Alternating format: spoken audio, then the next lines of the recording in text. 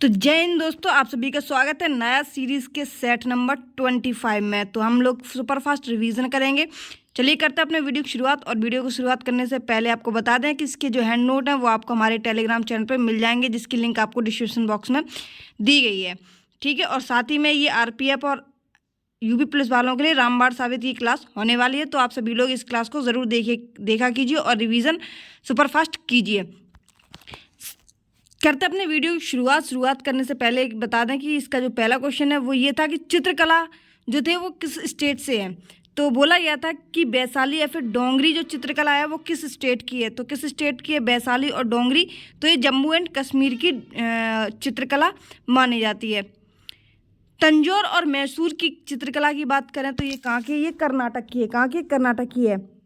Pichwai painting की कहाँ की है? तो ये राजस्थान की है। पट्टचित्र सौरा ये कहाँ की है? ये उड़ीसा की है। पटुआ कहाँ की है? तो बंगाल की है। पैतकर कहाँ की है? तो झारखंड की है। संथाल कहाँ की है? बंगाल और बिहार की संथाल है, जिसमें जादू पटुआ समुदाय द्वारा ये बनाया जाता है। संथाल जो है वो कौन से समुदाय के द्वारा मनाया जाता है? तो जादू पटुआ समुदाय के द्वारा ये मनाया जाता है। पटुआ जो बंगाल का है। और थांका ये कहाँ की है? तो ये सिक्किम का है, लद्दाख का है और अरुणाचल प्रदेश का है। मधुबनी और मंजूसा, मधुबनी बहुत इम्पोर्टेंट है और पट्टचित्र भी इम्पोर्टेंट है और डोंगरी भी इम्पोर्टेंट है। मधुबनी बहुत बार पूछा गया है, तो ये मधुबनी कहाँ का है? तो ये बिहार की चित्रकला है। साड़ियों की बात कर लेते हैं। जैसे हर स्टेट में एक साड़ी फेमस होती है, उसकी बात कर लेते हैं। तो ये स्टैटिक जीके में आती है। तो शुरुआत के जो 10 क्वेश्चन होते हैं वो स्टैटिक जीके के होते हैं। दक्काई साड़ी की बात कर लेते हैं। तो ये कहाँ की है फेमस? तो ये पश्चिम बंगाल के है। नवबारी या पैठड़ी ये कहाँ की है? महाराष्ट्र की। और पैठड़ी को ये क्या मिला है? जीआई टैग मिला है। और जीआई टैग कहाँ का है? ये महाराष्ट्र का है। कसाबू साड़ी कहाँ की है? तो कसाबू साड़ी ये केरल के। चंदेरी साड़ी कहाँ की है? तो ये चंदेरी साड़ी एमपी की है। इक्कल कहाँ की है? तो इक्वल कर्नाटक की है। पटोला कहाँ की है? तो पटोला कहाँ की है? गुजरात की है। बोमकई, संबलपुरी, कोटपाड़ कौन सी? कोटपाड़ ये कहाँ की हैं साड़ियाँ? तो ये उड़ीसा की हैं। जामनगरी कहाँ की है? तो ये जामनगरी गुजरात की है। कहाँ की है? गुजरात की है। लोक नाट्य कला की बात कर लेते हैं। तो भवोना और अंकिया नाट और ओजापल्ली ये कहाँ के हैं? ये असम के हैं। कहाँ के हैं? असम के हैं। ओजापल्ली, अंकिया नाट और भवोना। रणमाले कहाँ का लोक नाट्य कला है? तो ये गोवा का है रणमाले। ठोक लीला कहाँ का लोक नाट्य है? तो ये मणिपुर का है। कहाँ का है? मणिपुर का है। माच की बात कर लेते हैं। तो माच कहाँ का लोक नाट्य है? तो एमपी का है। 10 कठिया कहाँ का है? तो उड़ीसा का है। 10 अवतार कहाँ का है? तो महाराष्ट्र का है। और भानपाथेर कहाँ का है? तो जम्मू एंड कश्मीर का है। कहाँ का है? जम्मू एंड कश्मीर का है। कुरुबंजी कहाँ का है? तो तमिलनाडु का है। रम्मन कहाँ का है? तो उत्तराखंड का है। वयालता कहाँ का है? कर्नाटक का है। यक्षगान कहाँ का है? कर्नाटक का है। स्वांग कहाँ का है? राजस्थान का है। भवई कहाँ का है? ये गुजरात का है। कहाँ का है? गुजरात का है। प्रमुख उत्सव की बात कर लेते हैं। तो बारी बारी उत्सव कहाँ मनाया जाता है? ये महाराष्ट्र में मनाया जाता है। और एलिफेंटा की गुफा इनसे जो महाराष्ट्र में स्थित है। कहाँ? एलिफेंटा एलोरा की गुफा कहाँ स्थित है? तो ये महाराष्ट्र में स्थित है। कम्बाला की बात कर लेते हैं। तो कम्बाला प्रमुख उत्सव कहाँ का है? कर्नाटक का है। सिग्मो कहाँ का है? तो सिग्मो गोवा का है। कहाँ का है? गोवा का है। ब्रह्मोत्सव की बात कर लेते हैं। ब्रह्मोत्सव कहाँ का है? तो आंध्रा का है। गोची की बात कर लेते हैं। तो हिमाचल प्रदेश की हैं। कहाँ की है? हिमाचल प्रदेश की है। रोहिणी की बात कर लेते हैं। तो ये झारखंड का है। म्यू आवलोंग ये कहाँ का है? ये नागालैंड का है। नरोपा की बात कर लेते हैं, जो हिमालय का कुंभ जिसको कहा जाता है, ये कहाँ पे है? तो ये लद्दाख में। पुंथडू कहाँ का है? तो तमिलनाडु का है। समक्का, सरलम्मा और जतारा ये कहाँ के हैं? ये तेलंगाना के हैं। संतोष ट्रॉफी की बात कर लेते हैं। तो संतोष ट्रॉफी किससे संबंधित है? तो संतोष ट्रॉफी फुटबॉल से संबंधित है। सबसे पुरानी ट्रॉफी की अगर बात करें तो यही ट्रॉफी है संतोष ट्रॉफी, जो कि फुटबॉल की ट्रॉफी डूरंट ट्रॉफी जो है वो सबसे पुरानी ट्रॉफी है। और ये किसकी ट्रॉफी है? तो ये फुटबॉल की ट्रॉफी है। संतोष ट्रॉफी की बात कर लेते हैं। तो ये किसके नाम पर रखी गई थी? एक नाम था मनमथ नाथ राय चौधरी के नाम पर संतोष ट्रॉफी का नाम रखा गया था, जिसकी शुरुआत 1941 में होती है। जबकि डूरंट कप की शुरुआत 1888 में शिमला से होती है। कहाँ से होती है? शिमला से ये होती है। पहला विजेता संतोष ट्रॉफी का कौन था? तो बंगाल था। और डूरंट कप की बात कर लेते हैं तो ये सबसे पुराना है और फुटबॉल का कप, फुटबॉल की ट्रॉफी है। सबसे ज़्यादा बार किसने जीती है डूरंड कप? तो मोहन बागान ने जीती है। आयोजन कहाँ किया जाएगा? तो कोल इंडिया लिमिटेड के द्वारा आयोजन किया जाता है। भारत की जनगणना की बात कर लेते हैं तो दुनिया के आबादी वाले देश की बात कर लेते हैं तो पहले नंबर पे चीन है, दूसरे नंबर पे भारत है, तीसरे नंबर पे यूएसए है और चौथे नंबर पे इंडोनेशिया, पाँचवें नंबर पे है पाकिस्तान, छठवें नंबर पे है ब्राज़ील, फिर बांग्लादेश, फिर Nigeria and Russia and Moscow. Nepal की बात कर लेते हैं। नेपाल में तो नेपाल जो है अपने भारतीय पड़ोसी देश है, ये भी पूछ सकते हैं। तो ये जनसंख्या की दृष्टि से कौन सा भाग है? तो 90वां, 40वां है। कौन सा है? 40वां। संस्थान की बात कर लेते हैं तो भारतीय खान ब्यूरो, जो कि कहाँ पर स्थित है? ये नागपुर में स्थित है। केंद्रीय खनन अनुसंधान संधान संस्थान की बात कर लेते हैं तो केंद्रीय खनन अनुसंधान संस्थान कहाँ पर स्थित है? धनबाद, झारखंड में ये स्थित है। आलू के साथ किसकी? शिमला की सब्जी। तो आलू का जो संस्थान है वो कहाँ पर स्थित है? तो शिमला में ये स्थित है। पसरी की बात कर लेते हैं तो ये कहाँ पे है? इज्जत नगर में है। वन की बात कर लेते हैं तो देहरादून में। औषधि की बात कर लेते हैं तो लखनऊ में। वनस्पति की बात कर लेते हैं तो ये भी लखनऊ में स्थित है। प्लेयर्स की बात कर लेते हैं तो कार्तिकेयन मुरली किससे संबंधित है? तो कार्तिकेयन मुरली जो है वो शतरंज से संबंधित है, जिन्होंने एक ट्रॉफी जीती है, नायडू और लिम्का ट्रॉफी। कौन सी? नायडू और लिम्का ट्रॉफी इन्हीं के द्वारा जीती गई। पहले ग्रैंड मास्टर की बात कर लेते हैं तो कौन है? बी आनंद है, जो कि तमिलनाडु स्टेट से थे और इन्होंने ये 5 बार वर्ल्ड कप जीत चुके हैं। कौन? वी आनंद। और पहली बार कब जीता था इन्होंने? तो 2000 में पहली बार जीता था। किसने? बी आनंद ने। सेकंड नंबर पे भी बात करते हैं तो दिगेंदु बरुआ है। कौन है? दुगेंदु बरुआ, जो कि पश्चिम बंगाल से संबंधित, पश्चिम बंगाल के हैं।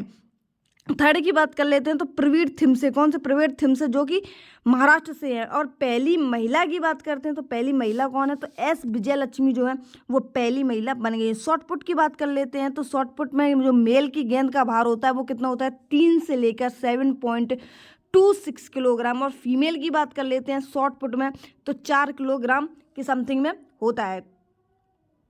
फॉल की बात कर लेते हैं, जब गेंद गर्दन से चिपका हो तो फॉल होता है। 60 सेकंड के अंदर अंदर अगर नहीं फेंकी गई बॉल तो फॉल होता है। क्रिकेट से बाहर, सर्कल से अगर बाहर निकल आए तो भी फॉल माना जाता है। प्लेयर की बात कर लेते हैं शॉर्ट पुट के, तो शॉर्ट पुट के प्लेयर जो है वो तजिंदर पाल सिंह तूर हैं, जिनका वर्ल्ड रिकॉर्ड है 21.5 मीटर। कितना? 21.49 मीटर। प्रद्युमन सिंह बरार भी इसी से संबंधित हैं और जोगिंदर सिंह बेदी भी इसी से शॉर्ट पुट से संबंधित हैं। पॉलिटी की बात कर लेते हैं तो आर्टिकल 342 क्या कहता है? एसटी यानी कि कमजोर वर्ग के बारे में बात करता है, यानी कि शेड्यूल्ड ट्राइब के बारे में बात करता है। 341 में क्या है? 341 में एससी यानी कि शेड्यूल कास्ट यानी कि अनुसूचित जाति के बारे में बात करता है। 330 में क्या है? तो लोकसभा में एससी और एसटी को आरक्षण है, ये याद रखेंगे। 331 में क्या है? 2 एंग्लो इंडियन लोकसभा में। 332 में क्या है? विधानसभा में एससी और एसटी का आरक्षण, यहाँ पे लोकसभा में, यहाँ पे विधानसभा में। 330 में लोकसभा में है, 332 में विधानसभा में है। 333 में विधानसभा में एंग्लो इंडियन है और यहाँ पे 331 लोकसभा में है। यहाँ लोकसभा में है 331 एंग्लो इंडियन, यहाँ विधानसभा में एंग्लो इंडियन है। 368 की बात कर लेते हैं तो संविधान संशोधन जो है 368 में आता है। संविधान संशोधन की जो प्रक्रिया है वो कहाँ से ली गई है? तो दक्षिण अफ्रीका से ये ली गई है। कहाँ से ली गई है? दक्षिण अफ्रीका से ली गई है। संविधान संशोधन का जो भाग है वो कौन से भाग में आता है? तो भाग 20 में ये आता है। कितने प्रकार के संविधान संशोधन है? तो 3 प्रकार के हैं। एक तो संसद के साधारण बहुमत से, संसद के विशेष बहुमत से और संसद के अन्य राज्यों की सहमति से ये होता है। अगला क्वेश्चन है, किसी भी सदन से ये शुरू हो सकता है। पहला संशोधन जो है वो 1951 में, कब? 1951 में भूमि सुधार के लिए नौवां कॉन्स्टिट्यूशन अमेंडमेंट एक्ट, नौवीं अनुसूची जोड़ी गई थी। किससे? भूमि सुधार से ये संबंधित है। संविधान की बात कर लेते हैं तो मूल प्रति भाषाएं कितनी हैं? तो जो भाषा है वो हिंदी और इंग्लिश है। हिंदी भाषा किसने जोड़ी थी? तो बसंत कृष्ण वैद्य ने ये जोड़ी थी संविधान की जो हिंदी भाषा है वो। संविधान को सजाने का काम किसने किया था? तो नंदलाल बोस ने सजाने का काम किया था। और लेखक कौन थे जिन्होंने हाथ से लिखी थी? तो ये प्रेम बिहारी नारायण रायजादा जो है, इन्होंने हाथ से संविधान को लिखा था। विधेयक वापस करने के लिए क्या किया जाता है? निलंबन वीटो की बात जब आती है तो कौन से ऐसे पर्सन थे जिन्होंने निलंबन वीटो का इस्तेमाल किया था, यानी कि विधेयक वापस करने के लिए? तो एपीजे अब्दुल कलाम थे। ये निलंबन वीटो है जो कि अब्दुल कलाम जी ने किया था। और पॉकेट वीटो का इस्तेमाल जो है वो किसने किया था? तो ज्ञानी जैल सिंह ने किया था। क्या किया था इन्होंने? भारतीय डाकघर संशोधन विधेयक पर रोक लगा दी थी। क्या लगा दिया था इन्होंने? भारतीय डाकघर संशोधन विधेयक पर रोक लगा दी थी। उपराष्ट्रपति की बात कर लेते हैं तो पहले भारत के उपराष्ट्रपति जो है वो एस राधाकृष्णन है, दूसरे जो है वो जाकिर हुसैन है, तीसरे कौन है? बीवी गिरी है, चौथे कौन है? बीडी जत्ती है। अगला क्वेश्चन बात करते हैं भारत की आकस्मिक निधि के बारे में बात कर लेते हैं। तो भारत की आकस्मिक निधि किसके अंडर में होती है? तो वो प्रेसिडेंट के अंदर में होती है। और कब कब इसका इस्तेमाल किया जाता है? जब प्राकृतिक आपदा हो, या फिर युद्ध चल रहा हो किसी अन्य के साथ में, या फिर आकस्मिक निधि। और ये किसके द्वारा निकाल सकते हैं हम? तो आकस्मिक निधि अधिनियम 1950 के द्वारा हम निकाल सकते हैं। और कौन से आर्टिकल के अकॉर्डिंग निकालते हैं हम? तो 267 क्लॉज नंबर 2 के अकॉर्डिंग हम इसको निकाल सकते हैं। समेकित निधि की बात कर लेते हैं तो समेकित निधि की का जो आर्टिकल होता है वो कितना होता है? तो 266 का क्लॉज नंबर 1 होता है, जिसमें क्या बोला गया है? वेतन भत्ते और पेंशन के बारे में बात की गई है। संचित निधि की बात कर लेते हैं तो संचित निधि का काम क्या होता है? धन निकालना। और किसकी परमिशन से निकालते हैं? तो संसद की परमिशन से ये निकालते हैं। 1398 में क्या हुआ था? तो 1398 में तैमूर ने आक्रमण किया था। और तब उस टाइम भारत में किसका शासन चल रहा था? तो नासिरुद्दीन महमूद का चल रहा था, जिसका कार्यकाल 1395 से 1414 तक है, जो कि सैयद वंश का अंतिम शासक माना जाता है। किसको? सॉरी, इसके बाद तो सैयद गुल खातू तुगलक वंश, यानी नासिरुद्दीन महमूद जो है वो तुगलक वंश का अंतिम शासक रहता है। तुगलक वंश के बाद कौन सा आता है? तो सैयद वंश आता है, जो कि 1451 तक चलता है। उसके बाद में लोधी वंश आता है, 1451 से 1526 तक चलता है। और गुलाम वंश 1206 से 1290 तक चलता है। और 1290 के बाद में खिलजी वंश जो है वो कब तक चलता है? तो 1320 तक चलता है। और 1320 से 1395 कौन सा चलता है? तो तुगलक वंश चलता है। कितना? तुगलक वंश चलता है। कहाँ तक? 1320 से 1414। कहाँ तक? 1320 से 1414 ये इसका क्या बोलते, तुगलक वंश का कार्यकाल चलता है। तुगलक वंश के बाद सैयद वंश आता है, सैयद वंश के बाद लोधी वंश आता है। खिज्र खां की बात कर लेते हैं तो खिज्र खां ने सैयद वंश की स्थापना की। किसकी? सैयद वंश की, जिसका कार्यकाल 1414 से लेकर 1421 तक चलता है। उपाधि इसने एक धारण की थी खिज्र खां ने, रैयत ए आला की। किसकी? रैयत ए आला की। मुइनुद्दीन मुबारक शाह द्वितीय, जिसको तारिक ए मुबारक शाही के नाम से जानते हैं, या फिर या बिन सरहिंदी के नाम से भी हम इसको जानते हैं। सबसे योग्य शासक जो था वो यही था, मुइनुद्दीन मुबारक शाह द्वितीय। सैयद वंश की एक मात्र सिया की बात कर लेते हैं, जिसको हम दिल्ली सल्तनत के नाम से जानते हैं। संगीत राजा जो है कौन थे? तो राणा कुम्भा, जो उनको हम संगीत राजा के नाम से जानते हैं। हसन निजामी कौन थे? तो ताजुल मासीर के नाम से जानते हैं। जियाउद्दीन बरनी कौन थे? तो फतवा ए जहांगीरी जो है वो जियाउद्दीन बरनी के नाम से जाने जाते हैं। उत्वी को हम क्या कहते हैं? उत्वी तारीख है यामनी किसके द्वारा लिखी गई? तो उत्वी के द्वारा ये लिखी गई है। तबकात ए नासरी ये किसके द्वारा लिखी गई है? तो मिनाज उन सिराज के द्वारा लिखी गई है। रजिया यदि और इन मिनाज उन सिराज ने ये बोला था कि रजिया यदि महिला ना होती तो एक योग्य शासक कहलाती। क्या कहलाती? रजिया यदि महिला ना होती तो एक योग्य शासक कहलाती। संगीत राजा पुस्तक किसकी है? तो राणा कुम्भा की है। ताजुल मसीर किसकी है? हसन निजामी की है, क्योंकि ये पहले नाम नहीं पढ़े और ये वाले तो दो नाम लास्ट चुके हैं जो वो अच्छे तरीके से पढ़े हुए हैं, तो जल्दी से आ गए और उनको नाम को पढ़ने में थोड़ी सी दिक्कत होती है। पानीपत के बारे में बात करें तो पानीपत की प्रथम लड़ाई जो है वो 1526 में बाबर और इब्राहिम के बीच में होती है। किसके बीच में होती है? बाबर और इब्राहिम के बीच में होती है। इसके बाद बात करते हैं कि प्रथम अफगान वंश कौन था। तो लोदी वंश के बारे में बात कर लेते हैं। तो 1451 से लेके 1526 तक लोदी वंश चलता है, जिसमें 3 जो है शासक बहुत अच्छे मतलब इनका कार्यकाल थोड़ा ठीक ठाक चला। पहला आता है बेलूर लोदी, जिसका कार्यकाल 1451 से 1489 तक चला, जिसको हम तारिक ए दाऊदी अब्दुल्ला के नाम से जानते हैं। और ये दरी पर बैठकर न्याय करता था। किस पे बैठ कर करता? दरी पर बैठकर। सिकंदर लोदी की बात कर लेते हैं। तो 1489 से 1570 तक इसका कार्यकाल रहता है, जिसने क्या किया था, पीर और मजार पर रोक लगा दी थी। किस पर? पीर और मजार पर रोक लगा दी थी, जिसने 1504 में आगरा की स्थापना की थी। कब? 1504 में आगरा की स्थापना की थी। और 1506 में राजस्थान की स्थापना करता है। कौन? सिकंदर लोदी। गुलरुखी शीर्षक के नाम से भी सिकंदर लोदी को जानते हैं हम। और सिकंदर लोदी ने ही क्या किया था, लोदी वंश का सुल्तान की उपाधि भी इसी ने धारण की थी। पहला शासक यही था, सिकंदर लोदी, जिसने सुल्तान की उपाधि धारण की थी लोदी वंश में। इब्राहिम की बात कर लेते हैं। इब्राहिम लोदी की तो 1517 से 1526 तक इसका कार्यकाल रहता है। पानीपत में मकबरा इसी का बनवाया गया था, और ये क्या हुआ था, हार गया था बाबर से। फिर इसके बाद बाबर से जब हार गया तो मुगल वंश की स्थापना होती है। किसकी? मुगल वंश की स्थापना होती है, जिसके संस्थापक किसको माना जाता है, तो बाबर को माना जाता है। द्वितीय अफगान वंश के नाम से किसको जाना जाता है, तो सूरी साम्राज्य को द्वितीय अफगान वंश के नाम से जाना जाता है। पृथ्वी की त्रिज्या की बात कर लेते हैं। तो 6371 किलोमीटर जो है पृथ्वी की त्रिज्या है। आयु की बात कर लेते हैं। तो 4.5 अरब वर्ष जो है वो पृथ्वी कितनी अरब पुरानी है, तो 4.5 अरब वर्ष पुरानी है। विधि की बात कर लेते हैं। तो यूरेनियम विधि जो है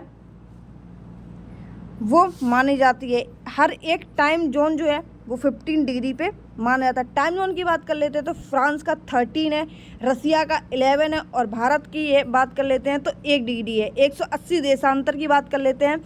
तो अंतर्राष्ट्रीय तिथि रेखा जो है वो 180 देशांतर पर मानी जाती है। हर एक टाइम जोन जो है वो 15 डिग्री पर होता है। 1 डिग्री सेंटीग्रेड की बात कर लेते हैं तो 4 मिनट होता है। कितना? 4 मिनट होता है। गर्त की बात कर लेते हैं। तो सबसे गहरा गर्त जो टोंगा, जो कि दक्षिण प्रशांत महासागर का सबसे गहरा बिंदु माना जाता है, जिसकी गहराई 10,880 मीटर है।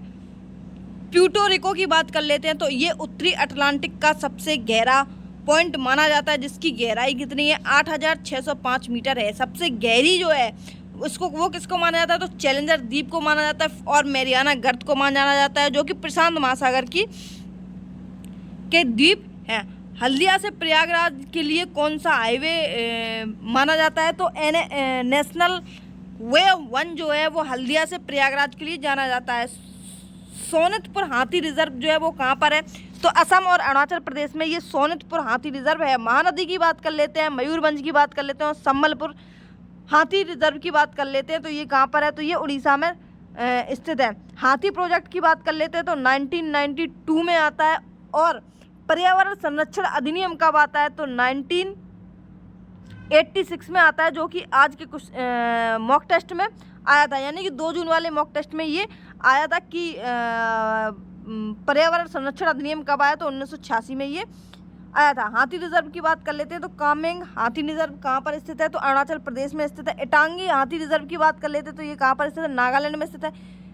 नीलाम्बर और पेरियार की बात कर लेते हैं। तो कहाँ पर है, केरल में स्थित है। अन्नामलाई और श्री पिथुर की बात कर लेते हैं। तो कहाँ पर है, ये तमिलनाडु में स्थित है। महासागर की क्रम की बात कर लेते हैं। तो पैसा क्या हम याद रखेंगे, ट्रिक पैसा। पहला प्रशांत, दूसरा अटलांटिक, तीसरा हिंद महासागर, चौथा साउथ महासागर, और 5वां आर्कटिक। महासागर की क्रम कैसे है, यानी कि क्षेत्रफल में। पैसा याद रखेंगे, प्रशांत महासागर, अटलांटिक महासागर या आंतरिक महासागर, हिंद महासागर, साउथ महासागर, और इसके बाद में आर्कटिक महासागर। ठीक है। इकोनॉमिक्स की बात कर लेते हैं। तो जीडीपी की जो गणना है वो कैसे कौन निकालता है? तो राष्ट्रीय सांख्यिकी कार्यालय जो है, नेशनल स्टैटिकल ऑफिस जो है, वो जीडीपी गणना करते हैं। राष्ट्रीय आय का प्राकलन किस तरीके से किया जाता है? तो व्यय, उत्पादन और आय विधि से राष्ट्रीय आय का प्राकलन किया जाता है। नोट की बात कर लेते हैं तो 10 का नोट की जो लंबाई है वो कितनी है? 63 गुणे 1 2 3 है। कितनी है? 63 1 2 3 है। ऐसे ही 20 में हम कितना बढ़ा देंगे? वैसे तो देख एक ट्रिक याद रखेंगे, 10 और 20 में आगे 63 याद रखेंगे, बाकी सभी में 66 याद रखेंगे। इसके बाद में 10 के नोट में क्या है? 1 2 3 है, और फिर इसमें 6 बढ़ा दो, फिर उसमें 6 बढ़ा दो, फिर उसमें यहाँ पे 6, यहाँ पे 6, और फिर इसमें 7 बढ़ा दो। कितने? 7 बढ़ा दो। 7 बढ़ाने के बाद कितने? फिर 4 बढ़ा दो, और फिर 4 बढ़ा दो। कितने? 6 6 7 4 और 4। कितने? 6 6 7 4। 1 2 3 याद रखेंगे, 6 6 7 4 याद रखेंगे। कितने? 1 2 3, और शुरुआत में 63 10 और 20 में, और बाकी में सभी में 66। ठीक है, 500 तक। जैसे ही कीमत बढ़ेगी वैसे ही मांग गिरेगी। क्या होगी? कीमत बढ़ेगी तो मांग गिरेगी। ये क्या होता है? ये मांग का नियम होता है। क्या होता है? मांग का नियम होता है। ओम का नियम क्या होता है? तो V बराबर IR होता है। क्या होता है? IR। विभवांतर और धारा का जो मल्टीप्लाई है वो क्या कहलाता है? ओम का नियम कहलाता है। ओम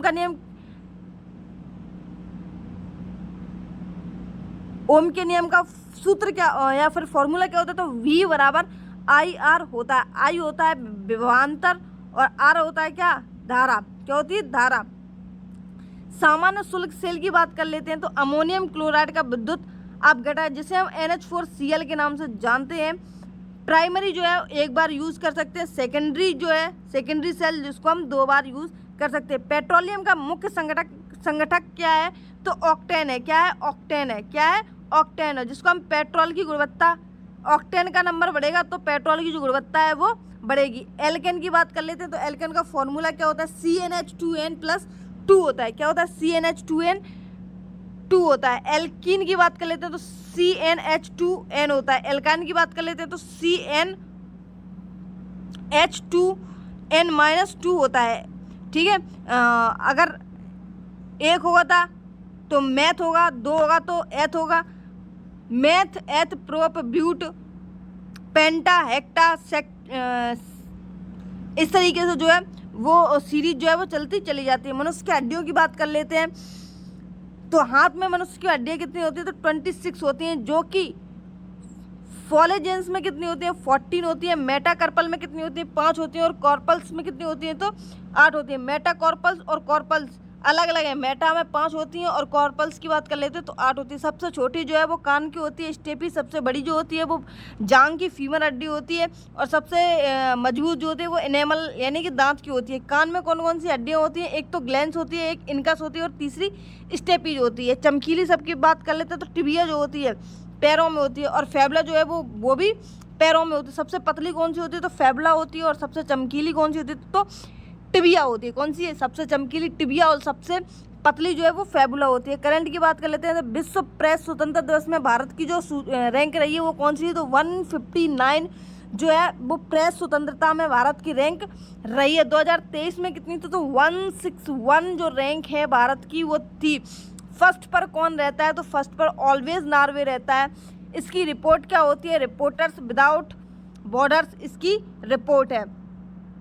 स्पेस जाने वाले पहले भारतीय पर्यटक की बात कर लेते हैं तो गोपी थोटाकुरा जो है ये स्पेस जाने वाले पहले भारतीय पर्यटक है। सागा दावा उत्सव की बात कर लेते हैं तो ये कहाँ का है? ये सिक्किम का। ये कौन सी इसको हम और किस फेस्टिवल के नाम से जानते हैं? तो ट्रिपल ब्लेस्ड फेस्टिवल के नाम से जानते हैं। एशियाई रिले चैंपियनशिप की बात कर लेते हैं तो बैंकॉक थाईलैंड में इसको खेला गया, जिसमें भारत के 3 मेडल, जिसमें 1 गोल्ड और 2 सिल्वर जीते। अगर वीडियो आपको अच्छी लगती है तो चैनल को सब्सक्राइब, वीडियो को लाइक ज़रूर कर देना, एंड हमारे चैनल के साथ जुड़ना बिल्कुल भी ना भूलें, और टेलीग्राम चैनल के साथ जुड़ना बिल्कुल भी ना भूलें। मिलते हैं अपने नेक्स्ट वीडियो में, तब तक के लिए जय हिंद, बाय बाय।